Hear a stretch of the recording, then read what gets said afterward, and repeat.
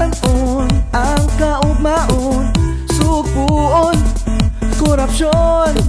Karon nga eleksyon, ang ngayon nga pilion. Ang usa ka maligdong siya, usa ka matinabangon mo sa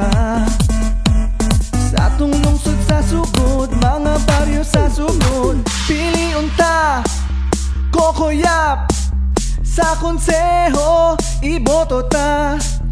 Number 17, pagkakonsehal, di kalimtan sa inyong balota. Si Kokoyap, sa konseho Kokoyap, piliyon tang konsehal. Kokoyap, sa konseho Kokoyap, piliyon tang konsehal.